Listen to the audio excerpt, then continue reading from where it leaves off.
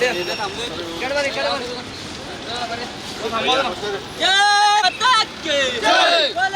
भारत माता की जय श्री राम, जय श्री राम, जय श्री राम, जय श्री राम, हर हर महादेव। ನಿನ್ನೆ ಕಾಶ್ಮೀರದಲ್ಲಿಯ ಪಹಲ್ಗಾಮ್ದಲ್ಲಿ ನಡೆದ ಭಯೋತ್ಪಾದಕರ ಕ್ರೂರ ಕೃತ್ಯವನ್ನು ಖಂಡಿಸಿ ಶ್ರೀರಾಮ ಸೇನೆಯ ವತಿಯಿಂದ DC ಅವರ ಮುಖಾಂತರ ನಾವು ಅಮಿತ್ ಶಾ ಅವರಿಗೆ ಮನವಿ ಮಾಡಿಕೊಳ್ತಾ ಇದ್ದೀವಿ. ನಿನ್ನೆ ಯಾವ ಒಂದು ಈ ಭಾರತ ದೇಶದಲ್ಲಿ ಕ್ರೂರ ಕೃತ್ಯ ನಡೆದಿದೆ, ನಮ್ಮ ಭಾರತ ದೇಶವು ಶಾಂತಿಪ್ರಿಯವಾದ ದೇಶ.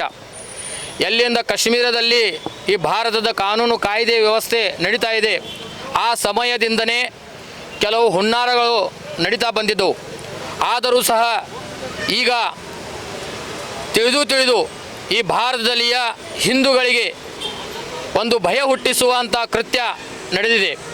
ನಿನ್ನೆ ನಡೆದ ಕೃತ್ಯದಲ್ಲಿ ಕರ್ನಾಟಕ, ಮಹಾರಾಷ್ಟ್ರ, ಅದೇ ತರಹ ಆಂಧ್ರ ಪ್ರದೇಶ್, ಅದೇ ತರಹ ಗುಜರಾತ್, ಈ ತರಹದ ಅಲ್ಲಿ ಹೋಗಿರುವ ಎಲ್ಲ ಟೂರಿಸ್ಟ್ಗಳ ಮೇಲೆ ಗುಂಡಿನ ದಾಳಿ ಮಾಡಿ ಅವರನ್ನು ಸಾಯಿಸಿದ್ದಾರೆ.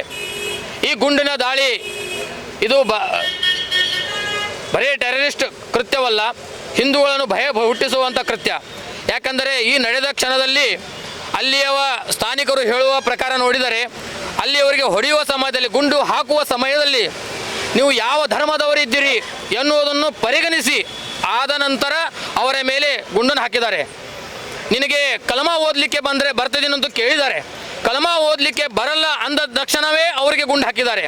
ಕೆಲವೊಬ್ಬರ ಅರಿವೆಗಳನ್ನು ಬಿಚ್ಚಿ ಅವನು ಹಿಂದೂನೋ ಅಥವಾ ಮುಸ್ಲಿಮನೋ ಅನ್ನೋದನ್ನು ವಿಚಾರ ಮಾಡಿ ಆ ನಂತರ ಅವರಿಗೆ ಗುಂಡು ಹಾಕಿದ್ದಾರೆ.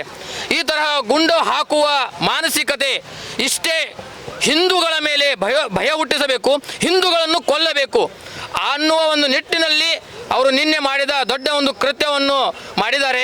ಅದರಲ್ಲಿ 26 ಹಿಂದೂಗಳ ಹತ್ಯೆಯಾಗಿದೆ. ಅದನ್ನು ನಾವು ಶ್ರೀರಾಮ ಸೇನೆ ವತಿಯಿಂದ ಪೂರ್ತಿಯಾಗಿ ಖಂಡಿಸ್ತಾ ಇದ್ದೀವಿ. ಅದೇ ರೀತಿ ತಮ್ಮ ಮುಖಾಂತರ ನಾನು ಒಂದು ವಿನಂತಿ ಮಾಡ್ತಾ ಇದ್ದೀನಿ, ಭಾರತ ದೇಶದಲ್ಲಿ ಇರುವ ಎಲ್ಲ ಮುಸ್ಲಿಮರಿಗೆ ಈ ಟೆರರಿಸ್ಟ್ ಏನು ಮಾಡ್ತಾ ಇದ್ದಾರಲ್ಲ ಅವರು ಮುಸ್ಲಿಮರನ್ನೇ. ಅವರು ತನ್ನ ಜಿಹಾದವನ್ನು ತಮ್ಮ ಧರ್ಮದ ಮುಖಾಂತರ ಮಾಡ್ತಾ ಇದ್ದಾರೆ. ಅದೇ ಧರ್ಮವನ್ನು ನೀವು ಪಾಲಿಸಿ ಮುಂದೆ ಹೋಗೋರಿದ್ದರೆ ಈ ದೇಶದಲ್ಲಿ ಇರುವ ಮುಸ್ಲಿಮರು ತನ್ನ ವಿಚಾರ ಮಾಡಬೇಕು. ಯಾಕೆಂದರೆ ನಾವು ಹಿಂದೂಗಳು ಕೈಯಲ್ಲಿ ಬಳೆ ತೊಟ್ಟು ಕೂತಿಲ್ಲ. ಪರಿಸ್ಥಿತಿ ಮುಂದಿನ ಕಾಲದಲ್ಲಿ ಬಿಕ್ಕಟ್ಟು ಪರಿಸ್ಥಿತಿ ಬಂದರೆ ನಾವು ಶಸ್ತ್ರಗಳನ್ನು ತಗೊಂಡು ಬೀದಿಗಿಳಿಬೇಕಾಗತ್ತೆ. ಇಷ್ಟೇ ಎಚ್ಚರಿಕೆಯನ್ನು ಕೊಡ್ತಾ ಇದ್ದೀವಿ. ಧನ್ಯವಾದಗಳು.